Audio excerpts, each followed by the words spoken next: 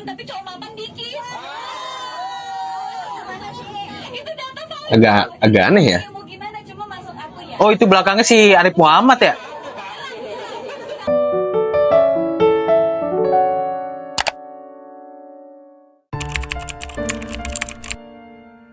Jadi pasti potongan video kan. Gue nggak tahu tuh di depannya sebelumnya dia ngomong apa, dan di akhirnya juga dia ngomong apa juga. Cuman dari potongan video tersebut kan dia juga ngomong, sempat mention itu berdasarkan data. Nah, kalau memang menurut gue ngomongnya berdasarkan data gitu, ngeri banget ya.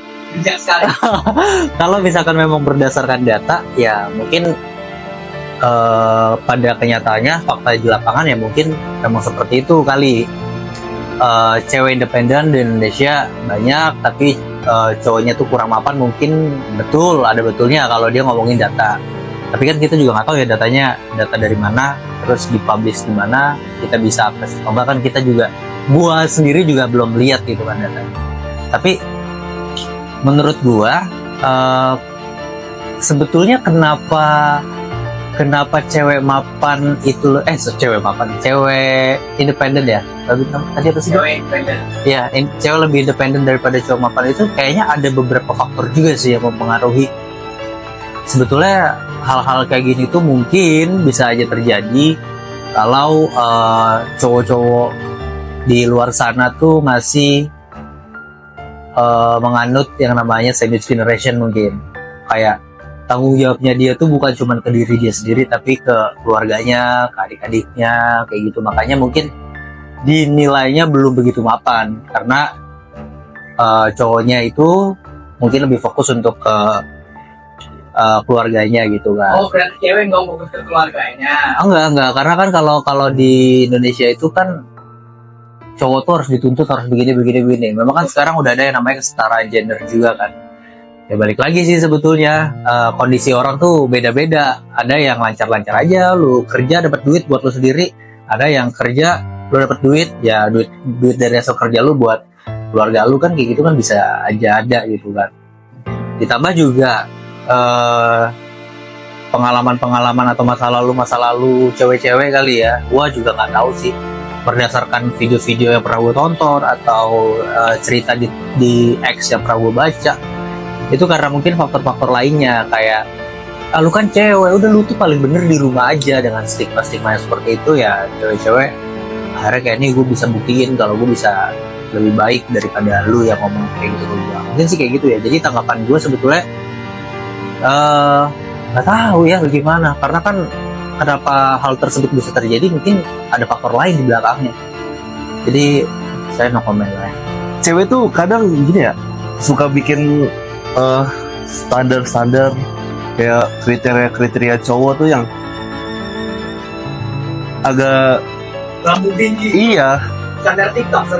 itu dia standar TikTok gitu loh. Ini mungkin karena yang ngomong Prilly atau Konsina gitu ya, jadi gue nganggapnya fine-fine aja. Nah karena gue takutnya tuh karena dia ngomong kayak gitu tuh, jadi cewek-cewek di luar sana tuh banyak yang terinfluence gitu. Prilly kan circle-nya artis, men. Ya artis mah mapan semua. Nah kalau iya, udah jelas artis. Nah kalau cewek-cewek di luar sana kan belum tentu gitu. Jadi ya gawat sih.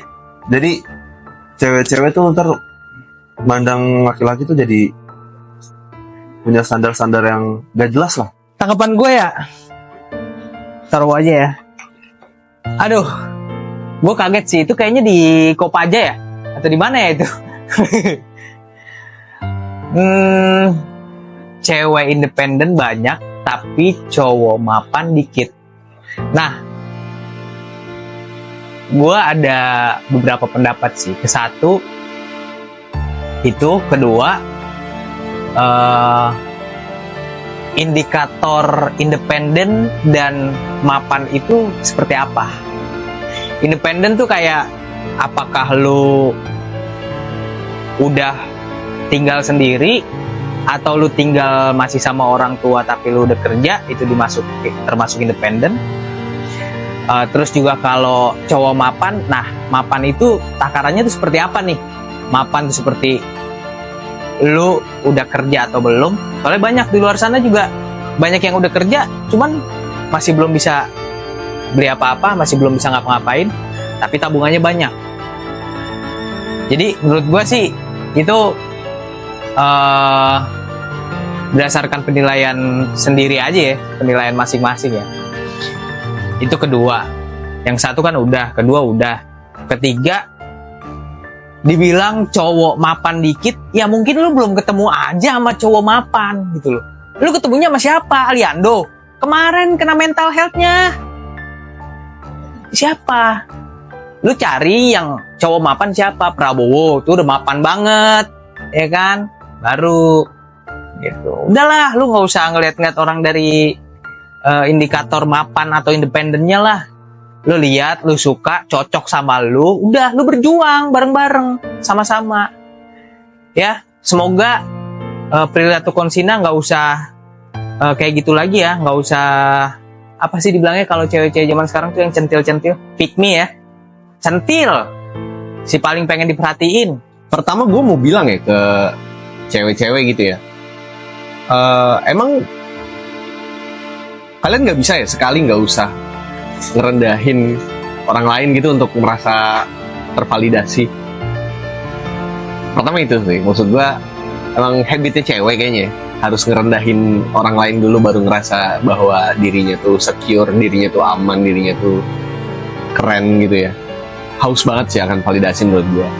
Gue bukan berarti nggak suka sama Prilly ya, tapi statement itu menurut gue cara berpikir logikanya sih udah aneh sih. Maksudnya lu compare cewek independen dengan cowok mapan.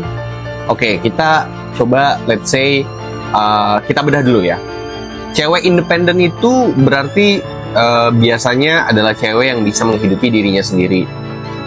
Cewek yang bisa berdiri dengan kakinya sendiri dalam tanda kutip gitu untuk kehidupannya, menopang segala-galanya berdasarkan dirinya sendiri. Kalau cowok mapan, sebetulnya cewek independen dan cowok mapan ini nggak bisa di-compare. Kenapa? Karena ketika cowok disebut cowok mapan itu artinya dia bisa menghidupi bukan cuma satu orang, bukan cuma dirinya sendiri, tapi juga keluarganya, terus juga saudaranya mungkin.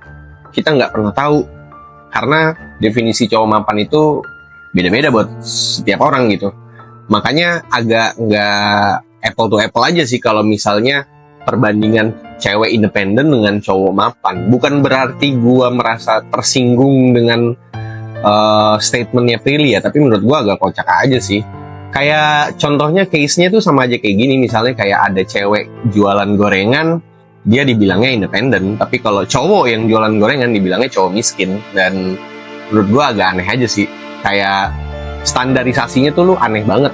Maksud gua kalau misalnya lu emang menilai diri lu adalah seorang independen gitu, independent woman, ya just keep it for yourself aja. Nggak perlu dengan cara lu harus merendahkan orang-orang di luar sana.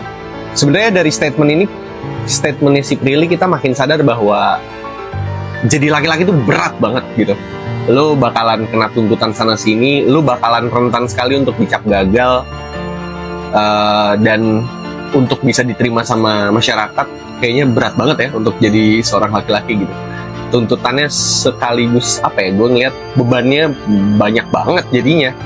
Jadi buat perempuan di luar sana, kalau misalnya kalian berubah pikiran gara-gara si Prilly, coba tolong lihat lagi, hargai laki-laki di sekitar kalian karena berat sekali cuy. Banyak sekali beban yang harus dia pikul, banyak sekali beban-beban yang harus dia tanggung. Be nice lah sama laki-laki ya, kasihan.